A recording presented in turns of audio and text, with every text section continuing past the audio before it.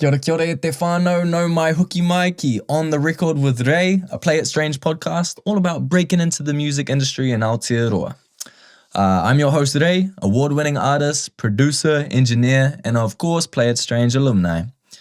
And in each episode, we'll sit down with someone who's been there, done that, and is keen to pass on their mātauranga, pass on the knowledge to the next generation of creatives. So let's get into it. Today's topic is one that every musician ends up thinking about sooner or later. And that's how can you make music your career and still pay the bills, still pay the rent, still put food on the table? What does a sustainable life in the music industry actually look like in 2025? Joining us today is someone who's cracked that code in more ways than one, is the incredible Dave Johnston. Dave is a 3-time Aotearoa Music Award winner and is involved in about every corner of the industry possible. He's the drummer, backing vocalist, and songwriter in rock band Villainy, an electronica alt-pop artist-producer under the name Nightmare Cat, and a singer and producer in dance pop duo Delivery Boys. All of these projects have such good names. He's also a very good band name creator. Maybe you can hit him up for that as well. He's also a producer and mixing engineer for other artists. And when he's not doing that, he's lecturing at SAE Creative Media Institute and also finishing up a Doctor of Musical Arts in Music Production and Composition. I don't know about you, whānau, but that must be one of the most diverse and busiest careers in the music industry I've ever heard of. Dave, awesome to have you here, bro. How's life treating you at the moment? Good. That intro is stressing me out. It's making me think of all the things I've got to do. Nah, thank you for that. That's really it. kind. Yeah, so a lot of our listeners, a lot of emerging artists, we're all dreaming about being a full-time artist. We've got this as like this big end goal, this thing that we put on the pedestal. But the truth is, music careers are often a mix of a lot of different things. You wear a whole lot of hats, as we've just spoken about, a drummer, singer, producer, lecturer, engineer. Was this something you always planned, or did it just kind of fall into place that way? Yeah, I think I admire those people that have a plan right from the start, Don't we all? Yeah. Some people will really early on have a great idea of what they want to do, and that wasn't really me. I've always enjoyed music. I played music growing up, learnt a bunch of different instruments. I've been brought up around music and always loved music. It's really only been in maybe the last sort of 10 years that things have really come together, and in terms of me having more of an understanding about what I really like doing, what I need to do, and so it's taken a long time, and it has been just an evolution over time for me. Yeah, you kind of just figure it out as you go, right? Totally. Yeah, absolutely.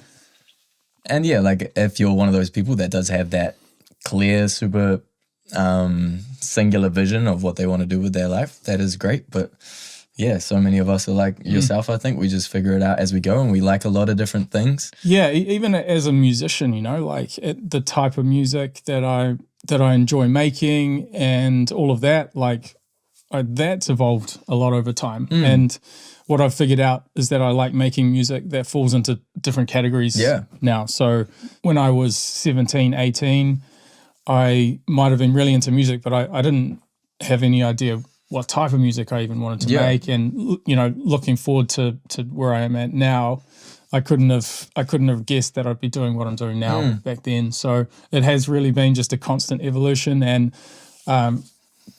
sort of constantly learning and just figuring out what you're into and experiencing things and all of that. Yeah, absolutely. Bit of a journey. Such is life. Life is the journey. Yeah, no, same here. Like I've always had, passion for a whole lot of genres and a whole lot of different sounds, and like still just trying things out and trying to figure out new sounds as we go, new sounds and new different ways of, I call them like side missions, my little things that I do, it's like outside of my main core role as a musician, as an artist, pumping out my tunes and doing shows and stuff. Like the side missions, they can be like, they're super rewarding in their own way because they all come under the broad sphere of music and the stuff that I care about, but I also get to meet heaps of cool people. I get to help out other artists. It also kind of feeds back into the music, and it feeds back into the being a good human, connected to community. Yeah. And we're lucky, I think, these days with trying out different musical ideas and things. Like a lot of genres are just mashing up all over the place. And I feel like there's less of people are a little bit less precious about staying in their lane in terms of genres and things. Yeah. Like a lot more open to experimenting and cross-genre stuff, experimenting and doing collaborations with artists that are outside of their genre. And, there's not that kind of cliquey nature that there might have been in the past where there's these kind of scenes and people stayed in those scenes, Yeah, I've always been a scene jumper. Yeah. And I've always found with music as well, like you were saying before, it might not be that you're completely changing genre all over the place, but you do take little ideas from those different genres, from those side missions you're talking about, and bring them back, eh? So your central music kind of evolves in a way because you're bringing ideas from these external genres and stuff and keeping it fresh. That's it. Even one of my side missions was DJing, learning how to DJ. And that's like been a super... That's a whole thing, eh? Yeah, I use that like when I first moved up to Tamaki from Pōneke, like I use that as a way to... for one, pay a bit of rent, and for two, to get out there into the scene and meet people. And I also got to just analyze the crowd and see what type of beats were working with them, what kind of hooks were working with them. Yeah, and then that just fed back into my music, and I decided, I started making more music that was more dance floor ready, and started with the choruses and stuff like that, started figuring out how to just get people within those first few seconds. Yeah. And you get that from seeing that direct crowd response. Yeah, so as musicians, we do have to do a lot of things. Like, I guess in Aotearoa being a small music industry, it's just the nature of the game. But for you, how do you manage your time and energy across these projects? Like, what is your process? What's your system that works for you with all of that going on? Well, yeah, I'll talk about my system right now because it just changes all the time. But I'm in a pretty good spot these days. So I'm fortunate that I'm sure we'll talk a little bit more about this, but my approach to sort of having a career has been a combination of having these musical projects and then having a job that helps to sort of keep things ticking over, paying the rent, all that kind of stuff. But I'm fortunate that job has been for the last while at SAE, Creative Media Institute. So at least it sits in the realm of creative stuff. Yeah. And that was, I think, quite early on something I figured out. Once I figured out that I wanted to be chasing the music pathway, I thought, well, I'll have some of the job as well supporting, because what I'm not really doing with my musical projects is doing the types of musical projects that instantly lead to cash money. Do any musical projects instantly lead to cash money? DJing. Oh yeah. And maybe doing things like writing music for, if you're writing commercials. Yeah, exactly. So all my projects have tended to be like artist projects. I do like we talked about before, in my lovely introduction, do a bit of mixing and production work. So again, these are paid things, but that's taken a long time to get even where it is now. And there's, room to grow there and grow my reputation in that area and get more work as a mixing engineer and a producer. But most of my musical projects have been artist projects, which just naturally take a long time where you're not even really thinking about bringing in money. Like that's not the central point of it to begin with. It's like, you're trying to create stuff and grow a base, and the money, if it's going to start coming in, is going to be somewhere down the track. So right from the start, it was kind of like, well, I'll need a job as well. But my goal was to try and get to the point where that job was a creative job and was something that didn't sort of suck too much of the energy and creative spirit out of me, so that I could keep doing these things. So I'm fortunate that my day job, you might call it, is at SAE, and as well as being in a creative community there and being around a lot of other people that are also doing similar things to me with their own freelance careers and artist projects. They also have a research element to, the academic staff there are meant to be doing research. And by research, that doesn't just mean writing on bits of paper. It means actually practicing stuff and creating things, and actually being an artist can be research as well. So that's a really good balance that my work life in terms of the day job does link into some of the creative projects, and the stuff I learned from the creative projects, I can of course bring back into the classroom and, help teaching young people. So there's a balance between those two parts of my life. On the creative project side of things, there's other balances going on. So Villainy is kind of the big machine of my sort of creative projects, and that's Villainy as a band. We've been going since 2010. Sheesh. Yeah, so sort of 15 years now. Yep. We've recorded 3 albums, a couple of EPs, and done a lot of touring and stuff over that time. And the nature of, as you will know, the nature of working on albums, although you're always releasing stuff, so maybe it's a little bit different. But, when you're recording a big album, quite often what happens is you're writing for a phase and then you are releasing that, and then you're touring, and then you're coming off that, maybe having some downtime, and then you're back into writing. So there's this kind of cycle. And the part where you're earning money as a band is usually at the end of that whole phase, where you're touring. So you're selling tickets, you're selling vinyl or CDs or like all that money from streaming. Yeah, and there's a lot of lead up to when you're actually making that money. Yeah, back, right? yeah, and it's cyclical as well. So like when that drops off again, you go back to writing, you're not out earning money all the time. So you kind of need to be thinking about the ebb and flow of that kind of thing as well. And quite often that's where I fit some of the other projects around. So I've got my own artist-producer project, Nightmare Cat. And the great thing about that is I'm the only person involved there, and so I can't break up with myself. So there's no risk of that. So that can sort of move around depending on, if Villainy's really busy, then maybe I'll drop off some of the stuff I'm doing there. Yeah. Same with the Delivery Boys stuff. I'm working with another really good drummer and artist and musician, Swap Gomez. He's the other half of Delivery Boys, and that will also depend on our schedules because he's as busy as me, if not more busy sometimes. But yeah, so there's all of this kind of stuff where like fitting things in depending on what the priority is at the time in terms of where the momentum is. And for me, that's really cool because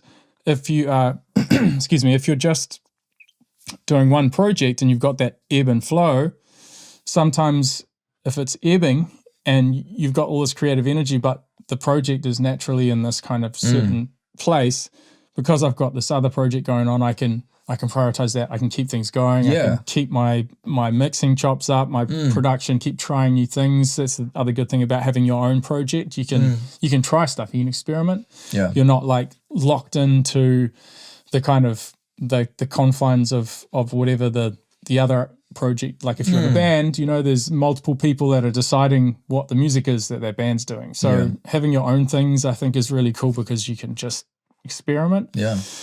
So as you can hear, I'm just constantly juggling stuff, and it really depends on like where the energy needs to be at any point in time, I think, is kind of the long answer to that short question. Yeah, I like that. Like even as a solo artist, I can definitely understand where you're coming from with that whole ebb and flow and cyclical nature of things. Like a lot of the times I'll get frustrated at like the lack of actual writing time, actual music time that I have, because I have, a lot of times where I'm having to promo releases or organize music videos, organize tours, do tours, and then, the writing falls by the wayside. But then after all of that, there'll be like a couple weeks where it's like super chill and I have a bunch of time, and then I can just block that out for writing and producing and getting all of the writing done. And I guess I've just come to, you kind of learn to accept that and not to fight that. Like like I say, I get a bit frustrated sometimes. I'll have like ideas for songs and I have to wait until like the weekend or something like that, or wait till I get a moment. But I think if I was writing music all the time, then I would get a bit sick of it and like I would get a bit like over it. So like I think learning to love the variety of being an independent musician, of being a musician juggling a few things, I think that's a crucial part of it as well. And to like all of these different aspects of making your career sustainable and the variability of all that, there's beauty in that variety and there's fulfillment in that variety. So obviously if you learn how to record artists, that can be an income stream. You learn how to produce artists, that's an income stream. But I think one of the underutilized skills in Aotearoa a little bit is just like being a co-songwriter, right? just being in the room and helping people write songs is obviously with Play It Strange, we got an amazing amount of talent and of songwriters coming through, and just being able to collab and work with other people to help them write their songs. I think that's a really cool thing to do. Like the more songs that you can get out that you have a writer's percentage on or all of these splits, like it all just adds up. And like you say, it's a long game. Like you write a song and then you might hear nothing from the artist for like a year, but then they decide to release it all of a sudden, and then it gets on some playlists or gets some radio play, and then another few months later you start getting some checks from it. Like it is an investment and it's a long-term thing. But yeah, sometimes you need something for, as well as you need a bit more of a short-term income at the same time, right? It's yet another long-term, game kind of thing. So I think that's just the inherent thing with the music industry. There's so many parts of it where it's a long game, and you gotta really want to do it because you got to commit to sticking at it for ages. And working with other songwriters in the room, you learn about your own strengths and weaknesses along the way. And I think that's kind of something that's only really developed more in New Zealand in the last like maybe 10 years in terms of like people even really thinking of doing that a bit more and bringing people in, and more collaboration, stuff like things like song hubs, like song everything hubs. Right? A lot of those types of things have really helped to bring in some of the ideas that are already really well established overseas in places like LA and like Sweden, and these kind of pop powerhouses that have had these collaborative systems for ages. It's quite new here, and so but we're getting better at it slowly. We're getting better at it for sure, and it's collab. And you just learn so much along the way. Learn so much about other artists and how to your own strengths and weaknesses, but also about how to work with different people. Because, as you know, every single songwriting session or production session you get into with different people is like totally different. Yeah. And there's so many different types of people in this industry. Yeah. You never really know what you're going to get beforehand. Like you might go into a songwriting session or production session with a friend who's a musician, and you've been mates for ages, and then it might just suck. Like the session's rubbish. You never know. You might get in someone you've never met and you just click in the room, and so you don't know till you try it out. So I think we're fortunate that type of culture is growing in New Zealand. Obviously, getting in the room with artists that are really well established, that's hard to do because how do you do it? Yeah. But the early stages of that, there's no gates, there's no gatekeepers or anything to like just saying to a friend who's a musician, hey, should we like sit down in a room and have a jam and like try and write a song in 3 hours and see what happens? Yeah. And then at the end of that 3 hours, we'll like record it on our phone, and then that will be done. There's no barrier to just reaching out to people and saying, hey, should we get in the room? That's right. And so I think, right from an early age, if people start doing that type of thing, if they want to be a songwriter or an artist making their own music, and, I think that there's no barrier to doing that. They should just start doing that as often as possible. Yeah. And then you'll slowly figure out how to do that with more and more established artists along the way. But if you can practice working with different people and build up those skills, both in terms of like working fast as a producer or a songwriter, but also the like interpersonal skills, you know, which are just as important. Super important. So, if you kind of practice that by just getting in the room with people, like you don't have to have a fancy studio or anything. You can just go into an empty room with a guitar. That works. Record it with the phone at the end, So I think that's kind of the cool thing. And but that's not like, when I was younger, that wasn't really something I thought of doing. So hopefully this kind of culture of collaboration, as it grows, hopefully that does become something that people just start thinking of doing a lot more. Yeah, for sure. And the thing I love about when you're collaborating with people, you're co-writing for people's projects or you're producing for other projects, is that you can actually release like 2 times, 3 times, 4 times the amount of music that you could if you were just producing for your own projects. Because when you're doing your own projects, you've got to, you write the song, but then you got to organize the mixing, you got to organize the promo, you got to organize the artwork, deal with the distributors, all of that stuff. Whereas if you're just co-writing or even beat writing, producing, whatever, like that's kind of someone else's job. It's a whole different timeline. Yeah, so you can get your fingers in a whole lot of different more pots. And it's literally just a numbers game. The more songs you write, the more songs you get your name behind, like the more likely one of them will be a hit and one of them will end up like paying the rent and be that breadwinner down the line, right? That's it. Yeah. Yeah, so we're talking a lot about the juggling. How do you go from like admin mode or get shit done mode? How do you switch from that to like just getting in the room and then just forgetting all of that and just being creative? Like, do you have any tips to like just enter that creative space and block out all the rest? Yeah. I think inevitably we are having to juggle so much, and you know, anyone starting up their own artist career will very quickly figure out that you have to be like multiple things. You have to be like a marketing team, you have to be the creative, you have to be the label head, business person, a networking person, and like the spreadsheet person. Yeah, I think a lot of the music organizations like you know, Play It Strange and the broader music community is really kind of pulling together a lot more to make resources and advice and stuff a lot more available than it used to be. So a lot of the learning in the early days is just trial and error. And because you're dealing with so many different things, you're just trying things out, you're kind of learning, and you're learning how to like hack together a crappy website. You're learning how to like use Photoshop. My website needs some work. Thanks for that reminder. Yeah, you know, but like you are having to learn all these different things where in a normal business, you know, there's multiple people that are experts in these areas, and you're an expert in like almost none of those areas. And hopefully, jack of all trades, master of none. So that's quite tricky. So inevitably you are having to spend quite a lot of time on this admin stuff and networking and all of that.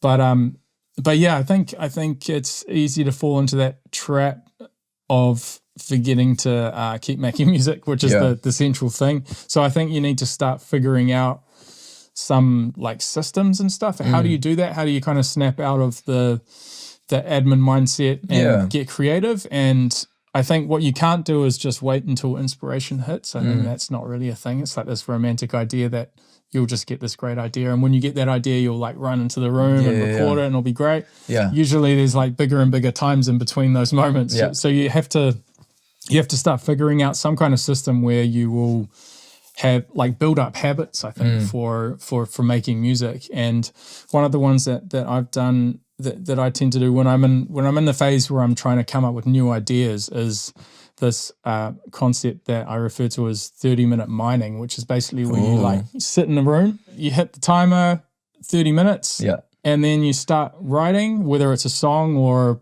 beat or anything, like however you write music. If you sit down with a guitar, that's cool. I tend to write most of my music sitting at the computer, and I'll have a guitar beside me if I want to record that straight in and a vocal mic, whatever it is. You hit the timer for 30 minutes, and at the end of the 30 minutes, when the bell goes, you like bounce your idea out, or you quickly record it on your phone, whatever it is, where it's at, and then it's done. And then you make sure you've got like an MP3 of it, so you don't have to like dig through project files in the future. But the idea when you're in that kind of mode, I think when trying to come up with a whole bunch of new ideas is you do that every day. So it's only 30 minutes. The good thing about it is that even if you're not feeling super creative, 30 minutes isn't super awful of an idea to commit to something. And if your idea that day sucks, then it doesn't matter because you're doing it again tomorrow. If it's awesome, that's great.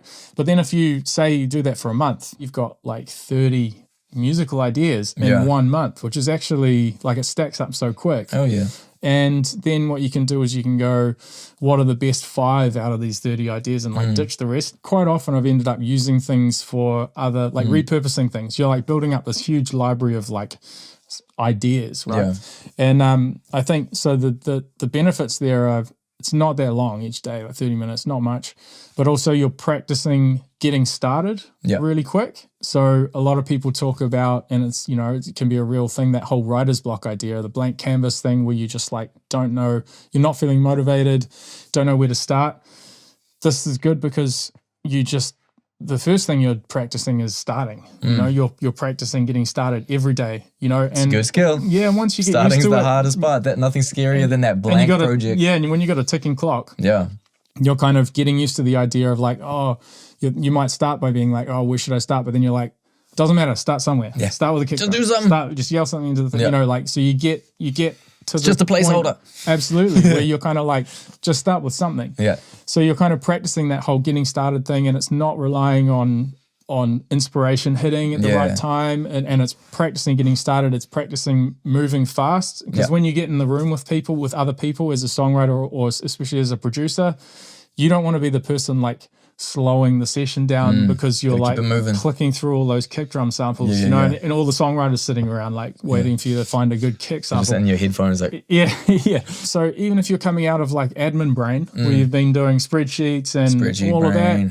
you just go, okay, now it's my 30 minutes, and you put your cell phone in the other room, unless you're going to use it to record, and you tell other people in your house that I just need to be left alone. It's only 30 minutes. I need to be left alone for this time. And then when you have time for more blocks, you've just got so many good starting points. Yeah, and you can go into that whole second phase of writing. Yeah, you know, like where you're, and that's awesome, because sometimes you've like forgotten a bunch of these. You made these things. Yeah, you know, you go back and you're like, oh, that's shout cool. out past me. Yeah. So you can pick up on them and kind of take them into a second stage where you don't set the timer again for 30 minutes. You spend however long at that point, because you've already identified the good ideas, you know, and you can go from there. That's it. You know? Yeah, for me, I've tried with scheduling in certain times for the week. Like Friday has been my music day. Like I've tried to smash out all of my admin and everything. Maybe had a couple hours over the week to like just start some ideas. And then Friday, I'll like maybe do an hour of emails, and then I'll just exit the browser, turn the emails off. Like you say, put the phone in the other room, put it on flight mode, whatever, and just create for a few hours and like have a full day on it.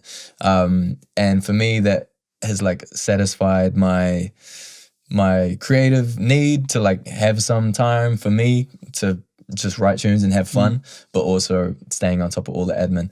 And the thing I like about doing it on Friday is that like usually I'll have a few more hours over the weekend to just have a jam and finish off ideas. And then by something's really going well, I guess you can keep it up over the weekend. And then by the end of the weekend, I'll have a new demo. And if I can write a song a week, like I'm happy. That's like everyone's got their different like work rates, but like for me it's around a song a week. It doesn't have to be my own song, it could be for other people.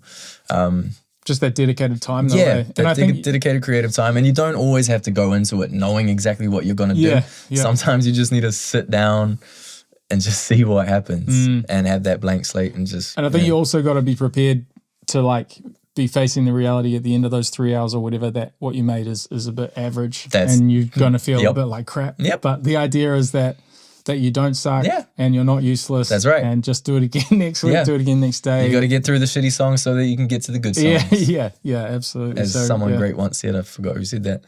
But like a lot of the times I'll be working on a beat for a couple hours and I'll just be like, oh, nah, this isn't the one. And then sometimes you need to start something fresh, and then you'll get onto a vibe with that one and follow that one to the end. Or just shut it down and start the next day. But just remembering to start again, Like that's it. There's like something a is good better sleep than nothing. Sometimes, right? A good sleep can make all the difference. So good sleep, going to the gym, like going for a walk, like sometimes having that little environment change can really help. Reset. Yeah, for sure. Like I'll be halfway through a song and then I'll like have the verse, like second verse to do, and I'm like, sweet, I'm gonna just sit on that for a second. I'll go have a swim, I'll go have a sauna or something like that.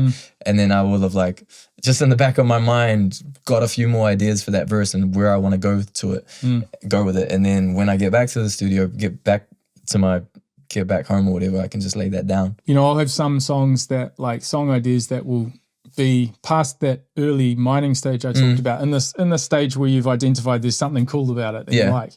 And sometimes for me, those like some of them will stick around for like months, or I've even had some that have been around for like more than a year. And then I finally come up with an idea for a verse or a chorus thing. And then it like moves fast from that point. Yeah, like you never know what's going to happen with your like you say, your little 30-minute beats. Or for me, it's like I'll smash out a beat in a couple hours and I'll just chuck that in my beats folder. I don't know what I'll do with it, but like I'll be at a session a year later just going through my beat folder, and then they're like, ooh, that's cool. Like I had a collab with Drax Project that started from something like that, which was a year or two old beat. It's just like a Afro-y type guitar rhythm thing, and they were like, oh, we like the drums on that, that's cool. And then we pulled up the project, and the bro pulled up the guitar and kind of like added his own things, and then And then all of the boys pitched in on the production, and then we made a whole new song out of it. Yeah. I mean, that's another great thing about just having a mass of projects that you've kind of methodically been, making a song a week or whatever it is, building up this, like your own personal database of stuff, so that in future sessions you can go, like if you're kind of searching for ideas and you're with other people, you can go, I'll just dig through my personal database. And so many of those things can like end up turning into income at some point. Like you might be able to send out some of those beats to some artists that need beats. Like you might have a folder where you just chuck up your beats that you're not using that you can send to people and they can use them. Yeah, and that's super cool because it means like getting income for my music that I'm not using, but also helping out with my friends whose music I really enjoy and believe in. Fast forward their process. Yeah, exactly. So they don't gotta like follow up a producer or try to organize a whole thing, Yeah, what would you say to someone who's starting out, who's scared of being boxed into one role or one genre? I'm a big believer of this idea of keeping your identity small. I feel like if you get if you sort of bring stuff into what you call your identity, the risk is that if you find out new information that goes against that you don't change your mind because it's so close, it's part of you now, And that can happen with music as well, for sure. Like if people think, I identify with this genre or this thing, I am this artist, I think there's a little bit of risk for some people that they won't take on opportunities that don't fall into that neat little package. Can be stifling, right? Yeah, so I think that can be a little bit risky, and there's nothing wrong with the idea of identity, but I think what's important to think about is that maybe your artistic identity and you as a person is not necessarily the same thing. Yeah.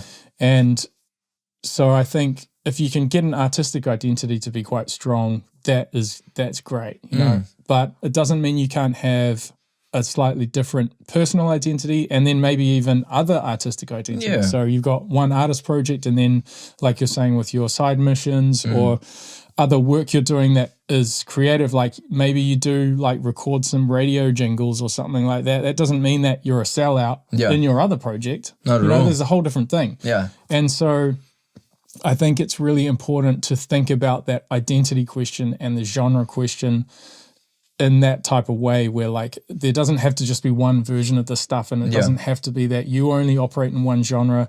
It might make sense for your artist projects to, and it probably will, to have some scaffolding around like what type of music do you make, and that might evolve over time, and that's cool. But like you're not going to do something completely wacky and different that doesn't make sense there, but you can still do that wacky different thing as part of another thing that you do. Yeah. So I think when you're young and you're trying to figure that out, to not like get too bogged down in this idea of having to identify with something, making sure you're like separating that personal from artistic identity a little bit. I think if you look at a couple of my artist projects, so if you look at my solo artist producer project, Nightmare Cat, which for me is like a really important like core outlet for my creativity. It's something that's really important to me, and I've kind of grown to really appreciate that project for being that really important part of my life. Yeah. But then you contrast that with some of the Delivery Boys stuff we do. It's like very different style and an attitude. And you love them both, right? Yeah, and the Delivery Boys stuff is like, it's got this whole different like fun and this fun persona thing, not taking itself too seriously, which is so different from the Nightmare Cat stuff. But yeah, I enjoy both of those things, and it's really fun shifting modes between those projects, let alone into villainy and then working with other people. Yeah. But like you can quite often, I think, as long as you sort of have you build up what that identity is for each artist, so that it's understandable for other people. That's the important thing. I think if they hear about your artist project and then like, can they sort of pick up what you're putting down with that project? That's kind of, that's important to figure out. But yeah, you can have those different zones. Yeah, I think having those different projects and side projects, side missions is just a really good kind of way of keeping those things separate, keeping those creative outlets separate, but also having them feed into each other and having them support each other, I reckon. But yeah, okay, so for this whole idea of making music your income, making music your job, we do have to talk about the nitty-gritty of the finances for our listeners. Like, a lot of people, like, they hear I'm a musician, they're like, what? But how do you make your money? Like, they just don't understand. And it is a lot of different things, right? So yeah, what are all the different income streams look like in the industry? And yeah, how do you keep track? How do you budget? And do you need an accountant to like how does that look like for you? Yeah, well, like, again, for me, it's a combination of things. So like my work at ECE, that's like an employed position. Yeah. So that is just like having a job, and that's kind of self-contained. But then for my music production work or any income stuff outside of that, I go under Dave Johnston Productions, and you just make up a business name. Yeah, there you go. And for that, I use Henry. Probably heard of Henry, which for those who don't know is just a really easy online platform for dealing with finances, and like they effectively are your accountant. So it's just a really easy way of dealing with all that tax stuff. So if you're unsure about that stuff, I think check Henry out. It's like helped me a lot. Yeah, Henry's good. Xero's good. Yeah. I think that the main difference with Xero was you still need to have an accountant because it's a separate thing. Henry is your accountant. But if you're freelance, if you're doing stuff just as just like a sole trader, like Henry's really good for that. So because I'm not an accountant, I don't want to learn to become an accountant. So you kind of need to like draw on someone else's skills for that. So that's been really good. And I think inevitably income streams, like apart from the idea of having a job where you are getting a salary or a wage or whatever, and so there's just, income swapped for time, coming in. Outside of that, the other income streams, a lot of it you're literally finding out stuff as you go in the music career, right? But I think the most important thing is to keep learning and to like develop your interpersonal skills. This is so important. And like going along to industry events, about like going to gigs, like you're saying with the like being a DJ for a while, it helped you to connect with the community. So learning how to connect with communities, going to events, learning how to introduce yourself to people and talk to people and just say, hi, I'm Dave, and get into a conversation. Hey, like that stuff's not natural, eh? Like, super awkward. I still feel really awkward going along to industry events, but you kind of have to put that thing in your head, like, I got to practice this. I got to keep my kind of like people skills up. Yeah. So I think, that's the main thing, is just keeping up with what's going on and trying to keep learning about stuff and meeting new people, and opportunities will sort of come about, and you'll jump on things that you like and being smart with your money is also very crucial for emerging artists or artists that are just becoming full-time. Like, you might have a period where you've got a few paychecks, you got a few things coming in, and then you'll have like a super quiet period when there's no songs on the radio, no shows or whatever. And learning how to budget and keep track of your finances with spreadsheets, doing good invoices and everything, and just learning to put money aside for those quiet times, I think that's super helpful. Yeah, that's massive. I totally had a realization about that, luckily, a number of years back. Yeah, but not everyone's told that. They get a big check and they're like, whoa, it's going to be like this forever. Totally. And I knew that I didn't want to go into a career in finance or as an engineer or as a high paying job. I was going into the role of being a creator where there are a lot of these long game things. Yeah. And so luckily I had the realization of like, what I got to do is be good with my money. And so, reading books about investment, stuff there like that. It sounds boring, but like you got to do it, and you got to be like, I'm going to try and help myself out, even if I'm not going to be earning as much money at certain periods of my life as I might in some other job. I'm doing this because I really love it. That's it. So I've got to make sure, if I can be on top of my finances and actually understand how to do a bit of investing and stuff, then I can prolong for sure actually being in this career. I know. That's the key thing, I think. It allows you to stick in the game for longer if you take care of yourself in that regard. We may not have the stablest income, but if you're smart about it, you can still live stably.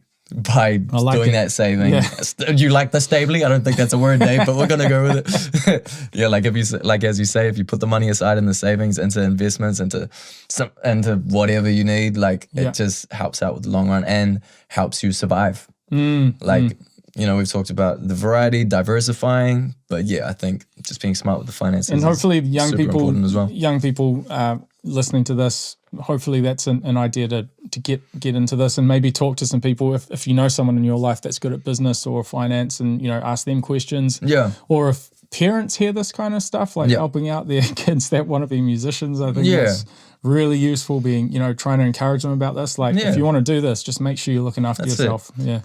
And aside from all that stuff, like actually being a musician, you know, you make music from stream money, you got radio money, show money, merch money. If you co-write for people, produce for people, you make money from that. Engineering, obviously you got the SAE stuff as well. So yeah, it's a lot of things. It's a lot of things, and they all, like you said, they all make the money, they all earn income for you at different timelines, right? So that some of them have a direct payoff, some of them have that long-term payoff, and it's just learning how to navigate that and ride the wave as they come, right? Yeah, and I think one final really important part of the puzzle. Drive it home, bring it home, Dave. Real important part of the puzzle here is like thinking about what other skills you have as well. For and sure. combining them with your music skills, because that's where you get a point of difference. And so, for example, if you have some knowledge in a certain industry that you might think this has got nothing to do with music. Yeah. But you can combine those things, and then maybe you are part of a community in this other area, and those people don't know any musicians. They don't know anything about music. And you can come in there and you can be like, I can help you make content for your small business or whatever. I can help you make a basic song to put behind your promotional videos or your radio thing.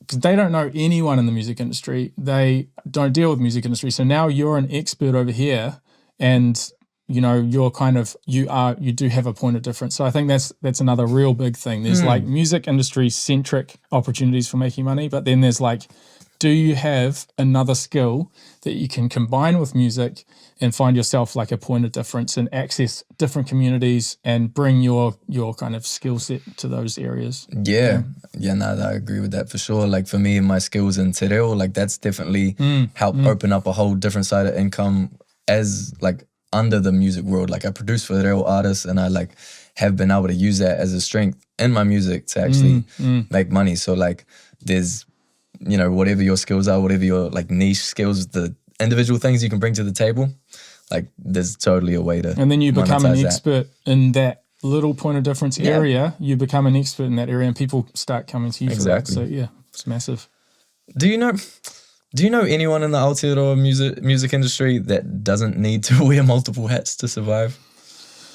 Oh, not really. Yeah. Not really. There wouldn't be that many bands or artists that are just only making money or only doing that one thing. And I mean, to be fair, because of that ebb and flow we talked about before, they probably would get bored in some parts if they were only doing that thing. They're probably looking for other things to do anyway to just like add variety to their lives. I think just being one artist project and hoping to make all your income and stuff off that one thing is a little bit dangerous. For sure. If that happens, that's awesome. You know, like that'd be great. Even like, you know, some of the biggest bands in Aotearoa, like 660 and everything, like they're starting to invest more in other artists and working with other artists, creating their own label. Like, absolutely. Like it's just doing other stuff can be fun. And it, like you say, it builds that network, it builds that community, and it helps you be a happier human. I'm a huge supporter of that idea of lifelong learning. You know, it doesn't have to be like academic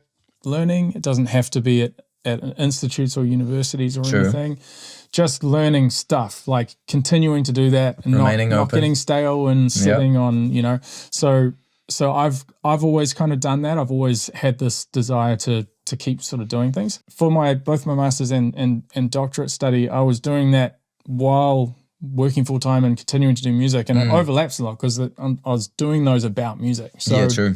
So they weren't the only thing I was doing at the time, and it was just for me a case of continuing to upskill And it's just going to open more doors for you in the future. Like you don't know what those opportunities might be in the future, but continuing to learn, continuing to sort of get involved with whether it's doing diplomas or degrees or higher study, or if it's just courses here and there, you're going to meet new people. You're going to learn more about different parts of our industry or other industries, and you just don't know what those opportunities are going to be. And so that's why I think it's just so important to just keep learning whatever it is, and keep seeking out new information and updating yourself. It doesn't have to be through it doesn't have to be learning through formal institutes. It can be like learning from people that you're working with and trying new things, new ways of doing your songwriting, and being open to evolve, because the music industry is changing so quickly, like how we're listening to it, how we're consuming, how we're writing it. So like if you don't keep learning and if you don't keep evolving, then you won't survive. That's the risk. Yeah, that's the risk for sure. So it's super key. Yeah. So a lot of our listeners, they are emerging artists looking to make it in the music industry. What are some entry-level jobs in the industry that you think could be like complementary to the artist's career and also help pay the bills? Yeah, well, there are, I think there's a whole bunch of stuff. There's obviously things like music retail and stuff like that. Yeah. But I think there's nothing wrong with working a job that's not in the music industry. Yeah, I agree. Like so many people, and I was one of these people early on working like hospo. Yeah, me too. You learn so many skills from that. You learn how to talk to different people. We're talking earlier about the importance of being able to communicate with different types of people. Yeah. And you learn that. You have to learn that really quick in hospo. Otherwise you don't have a job anymore. Right? And so whatever you're doing, or if it's music retail, rather than being like, oh, this job sucks, think about like, what are the things that I should be leaning into here that I can get good at, whether it's like learning about systems or like admin, learning about those admin skills, communication, all that stuff, like trying to actually learn those skills, because you're going to need all of that stuff for your artist project or whatever it is. For sure. And like even on the flip side of that, like if you are doing just a job on the side for money that's like a bit menial and you don't have to use much of your brain at all, like at least that means that when you get back to the creative side, that you've got a creative, you got creative energy, you got creative juices left for that job, for actually doing the music. Like I've got lots of friends that just do jobs that are completely unrelated to music, but it just means that when they actually get the time, they can just smash it out. And you're not like blowing out from just trying to do everything being related to music. Yeah. Like, that might work for some people, but yeah, there's something to be said about doing other stuff that's just completely different, and then coming back and being like, oh, cool, I can do my creative time now, whatever it is. And I think there is, like you say, there is ways to learn things from these jobs that you can put into your music career, like hospo, talking to people. I was on the phones for Greenpeace, learning how to sell to people, like all of that stuff. Yeah. Like sometimes there's a bit of shame or a bit of like stigma around that, but I don't think there's any stigma to it. Also, like it gives you the freedom and the creativity to make the kind of music that you want, as long as you're getting paid your rent from something else, Yeah, you might be able to get into some entry-level jobs in music organizations and stuff, but you're not going to be making music probably in a lot of those situations, or doing exactly what you want to do. Like you don't know what you're going to be doing, and you might be moving around. So yeah, I think first thing, get rid of that like stigma or that idea of that it's not acceptable to work in a job that's not to do with the industry. I mean, you just got to make it work, and that's fine. Just go for it. All right, it's been a good kōrero. Thank you, bro. Just some final whakaaro. If someone is listening right now, they're wondering if they can really make a life in music and Aotearoa in the music industry, what would you say? What's some final little gems for them to think about?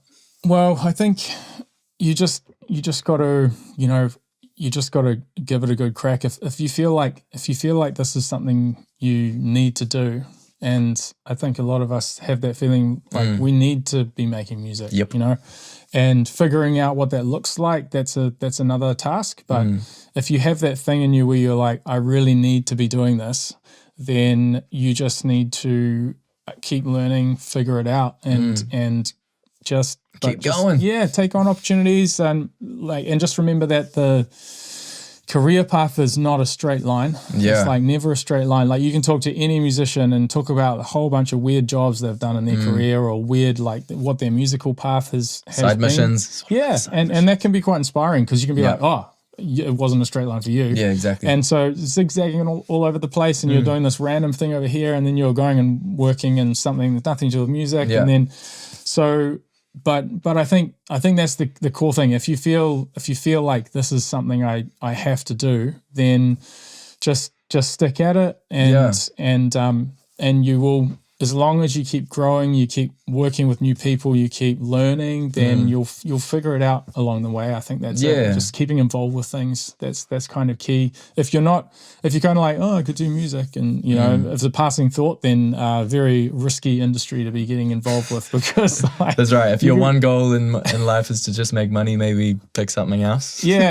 And if you kind of like want to dabble in music, then you know, go work in a job where you earn a bunch of money, and then you can pay for some studio time and make an album on the side or something. That's totally and cool as well. Yeah. So you just got to kind of follow, I think, that feeling like a lot of us that are still in the music industry after a number of years where you're not necessarily sure what exactly it is, but there's something in you and you know you have to keep making music. And it's those ones that do stick to it no matter what the side mission, that keep coming back. Like those are the ones that really crack it. It's that consistency, long run, right? Yeah. And over a lifetime, you end up having a bunch of hits and a bunch of random things happen, a bunch of cool things happen, a bunch of obstacles happen. But at the end of the day, you got a lifetime music career. That's the hope. And that's literally the goal. Nah, that's some solid whakaaro, some solid advice there. Thank you, Dave. Thank you so much. Ngā mihi nui ki a koe. Thank you for sharing your insights with us today. You really showed us that there's no one way to do it. There's no one right way to do this, follow this music career. And I think that's a super important thing to remember. And we're all carving out our own space in the music industry in our own way.